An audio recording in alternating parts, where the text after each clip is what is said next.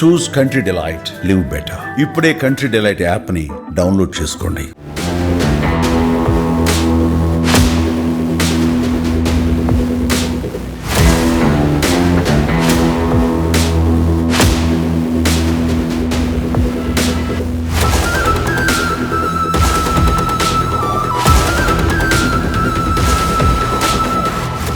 Vijayawada bench circle దగ్గర ఒక ఘోర ప్రమాదం జరిగింది. షార్ట్ సర్క్యూట్ కారణంగా కుటుంబంలో ఉన్న ముగ్గురు వ్యక్తులు దుర్మరణం పాలైన ఘటన జరిగింది. ప్రస్తుతం నేను ఆ బిల్డింగ్ దగ్గర ఉన్నాను. ఇది బెంచ్ సర్కిల్ దగ్గర నారా చంద్రబాబు నాయుడు కాలనీ లోపల రోడ్డు చివరికి వస్తే ఇక్కడ మనకి సాయి టవర్స్ అని ఒక పాత బిల్డింగ్ ఉంది. అయితే ఈ బిల్డింగ్లో ఇవాళ ఉదయం బేసిక్గా 2 రోజుల నుంచి భారీ వర్షాలు పడుతూ ఉండడంతో ఇక్కడంతా కూడా అంటే ఈ ఏరియాలో కరెంటు ఇస్తున్న నేపథ్యంలో ఇక్కడ మనం చూడొచ్చు. ఈ ఫ్యామిలీ ఇక్కడ ఇదే ఇంట్లో ఉంటున్న ఒక ఫ్యామిలీ, గ్రౌండ్ ఫ్లోర్లో ఉంటున్న ఒక ఫ్యామిలీకి సంబంధించిన భార్య, భర్త, అలాగే భర్త సొంత చెల్లెలు ముగ్గురు కూడా ఇదే ఇంట్లో ఉంటున్నారు.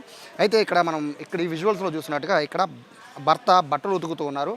బట్టలు ఉతుకుతున్న నేపథ్యంలో భార్య బట్టలు ఆరేయడానికి ఆవిడ ఇంట్లో లోపలికి వెళ్ళారు. ఇంటికి కార్నర్లో మనకి విజువల్స్లో కనబడుతుంది కదా, ఆ చివర ఒక ఐరన్ తీగ ఉంటుంది. అది వీళ్ళు రెగ్యులర్గా అదే తీగ మీద బట్టలు ఆరేస్తూ ఉంటారు. కానీ ఈరోజు భర్త బట్టలు ఉతుకుతుండగా భార్య బట్టలు ఆరేయడానికి ఆ చివరికి వెళ్ళారు. అయితే ఆ కార్నర్లో ఏదైతే మనకి ఇప్పుడు విజువల్స్ పోలీస్ కనబడుతున్నారో ఆ పైన ఒక చిన్న షార్ట్ సర్క్యూట్కి సంబంధించిన ఒక వైరు ఒకటి బయటికి కనబడుతుంది. అది షార్ట్ సర్క్యూట్ అవుతున్నట్టుగా కూడా కనబడుతుంది. ఎందుకంటే అది పాత వైరింగ్ అంతా కూడా ఓల్డ్ బిల్డింగ్, పాత వైరింగ్ అవ్వడంతో అక్కడ వర్షపు చినుకులు కూడా లోపల నుంచి పడుతూ ఉన్నాయి. సో ఖచ్చితంగా అది షార్ట్ సర్క్యూట్ అయ్యి ఉంటుందని అయితే ప్రస్తుతానికి పోలీసులు భావిస్తున్న నేపథ్యంలో ఆ తీగ నుంచి వచ్చిన విద్యుత్ నేరుగా ఆ కార్నర్లో ఉన్న బట్టలారేస్తున్న తీగకు అంతా కూడా సర్క్యూట్ అయినట్టుగా తెలుస్తోంది. అయితే మొదట భార్య వెళ్ళి చీర ఆరేయడంతో ఆవిడ పెద్దగా కేకలు వేసి పడిపోయింది.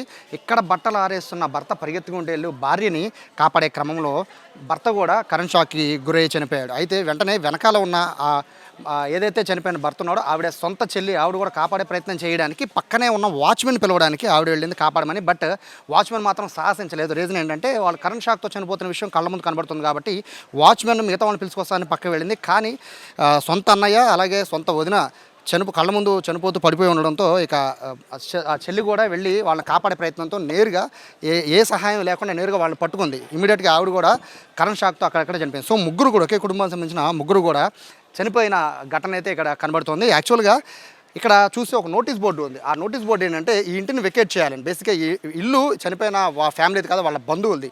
అయితే వాళ్ళ బంధువులకి సంబంధించిన అతను ఇల్లు వెకేట్ చేయాలని బ్యాంక్ వాళ్ళు నోటీసులు ఇచ్చారు సివిల్ డిస్ప్యూట్ ఉన్న నేపథ్యంలో. సో వాళ్ళు ఇల్లు ఖాళీ చేసేయబోతున్నారు. 2 రోజుల్లో ఇల్లు ఖాళీ చేసేయబోతున్నారు. లోపల సామాన్లు కూడా సర్దేస్తున్నాయి. 2 రోజుల్లో ఇల్లు ఖాళీ చేసి ఇక్కడికి వెళ్ళిపోతున్న నేపథ్యంలో ఇటువంటి దుర్ఘటన జరగడం పట్ల అయితే మొత్తం స్థానికులంతా కూడా ఇక్కడ బాధపడుతున్నారు. ఎందుకంటే వీళ్ళు ఎన్నో ఏళ్ల బట్టి ఇక్కడ ఉంటున్నారు. కానీ ఈ విధంగా 2 రోజులు ఇల్లు ఖాళీ చేసి వెళ్ళిపోయే ఈ సమయంలో ఇలా విద్యుత్ షాక్తో మొత్తం ఫ్యామిలీ అంతా చనిపోవడం అయితే ఇక్కడ విషాదంగా మారింది. వాస్తవంగా చెప్పాలంటే వాచ్మెన్ కనుక ట్రై చేసి ఉంటుంటే, అంటే ఆ అమ్మాయి కొంచెము కర్ర కానీ లేకపోతే మిగతా వాళ్ళని పిలుచుకొస్తాను, లేకపోతే కర్ర కానీ సహాయంతో తెస్తాను, మీరు ఇక్కడే ఉండండి అని చెప్పి ఎవరైతే మృతులు చనిపోయారో ఆ వ్యక్తికి సంబంధించిన సొంత చెల్లి ఆవిడకి చెప్పి మరి వాచ్మెన్ బయటకు వెళ్ళింది. కానీ ఈలోపే ఆవిడ పట్టుకోవడంతో మొత్తం ముగ్గురు కూడా స్పాట్లో చనిపోయారు. ప్రస్తుతానికైతే ఏసీపీ, డీసీపీ అలాగే పోలీసు ఉన్నతాధికారులు అందరూ వచ్చి ప్రస్తుతం ఎంక్వైరీ చేస్తూ ఉన్న పరిస్థితి కనబడుతోంది. వర్షాకాలం ఉన్న నేపథ్యంలో ఇటు వైర్లు కానీ, ఇంటి ముందు ఉన్న వైర్లు కానీ లేదా కరెంటు తీగలకు కానీ చాలా దూరంగా ఉండాలని చెప్పి ఎప్పటికప్పుడు అప్రమత్తం చెప్తున్నా కూడా అంటే రెగ్యులర్గా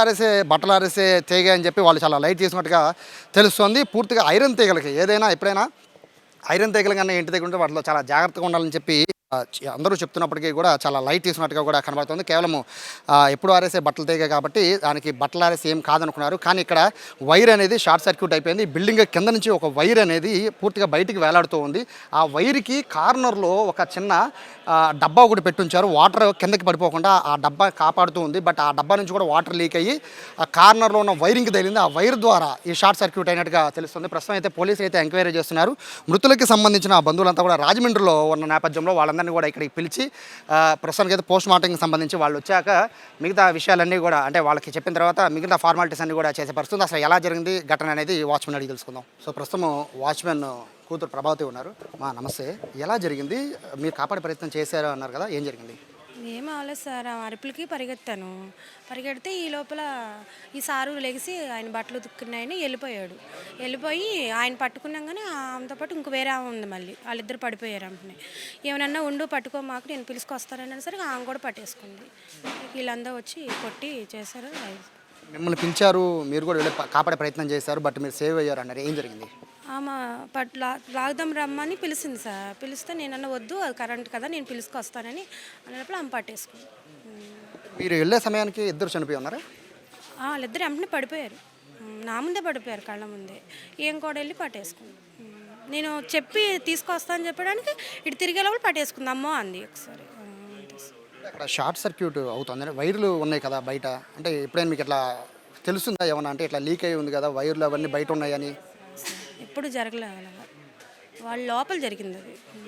లోపల సామాన్లన్నీ సర్దేసుకున్నాయి కదమ్మా, అంటే వాళ్ళు ఏమైనా ఇల్లు ఖాళీ చేసి వెళ్ళిపోతున్నారా? ఖాళీ చేస్తారు 2 రోజుల్లో. 2 రోజుల్లో వెళ్ళిపోతారు సార్ అని అంది. పిలిచింది, ఎప్పుడు మాట్లాడేది కాదు. అమ్మ మేము వెళ్ళిపోతున్నాం, సామాను ఏమైనా తీసుకుంటాం అంటే వద్దండి అన్న. నేను కూడా అంతే జరిగింది. ఈ లోపల వీళ్ళంతా వచ్చి చూసారు, ఫోన్ చేశారు అంబులెన్స్కి. ఫస్ట్ భార్య చనిపోయిన తర్వాత భర్త వెళ్ళారా? భర్త వెళ్ళారు, తర్వాత ఆమె వెళ్ళింది. ఇక్కడ నేనైతే పిలుచుకొస్తాక వచ్చేసాను. నేను ఆమెకు చెప్పాను, ఆమె నుంచుంటానే ఉంది, నేను తిరిగి లోపల పట్టేసుకున్నాను.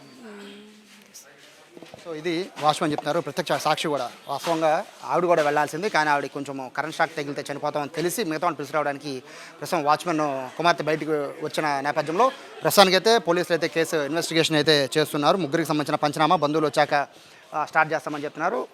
వర్షాకాలంలో, ముఖ్యంగా వర్షాకాలంలో ప్రతి ఒక్కళ్ళు కూడా చాలా జాగ్రత్తగా ఉండాలని ఎంతమంది అప్రమత్తం చేస్తున్నా కూడా ఇటువంటి చిన్న చిన్న మిస్టేక్స్, ఇనప వైర్లే కదా, కరెంట్ తీగలు ఎక్కడో ఉన్నాయి కదా అనుకుంటారు, కానీ ఎక్కడో ఉన్న కరెంట్ తీగ నుంచి వచ్చిన విద్యుత్ లీకేజ్ అనేది ఆ చివర, అంటే వాళ్ళ ఇంటి చివర ఆరేసిన ఇనప తెక్కి షార్ట్ సర్క్యూట్ అయిందంటే అర్థం చేసుకోవచ్చు కరెంట్ పట్ల ఎంత జాగ్రత్తగా ఉండాలో. ఇంట్లో పిల్లలు ఉంటున్న చాలామందికి ఇది ఒకసారి ఆలోచించాలి. కరెంటు వైర్లు, వర్షాకాలంలో కరెంటు వైర్ల పట్ల ఎంత జాగ్రత్తగా ఉండాలో తెలుసుకోవాలి. ప్రస్తుతానికి అయితే ఒకే కుటుంబానికి సంబంధించిన ముగ్గురు చనిపోవడం అయితే తీవ్ర విషాదాన్ని మిగిల్చిందని చెప్పుకోవచ్చు. కెమెరా పర్సన్ కృష్ణతో సాయి, సుమన్ టీవీ, విజయవాడ నుంచి.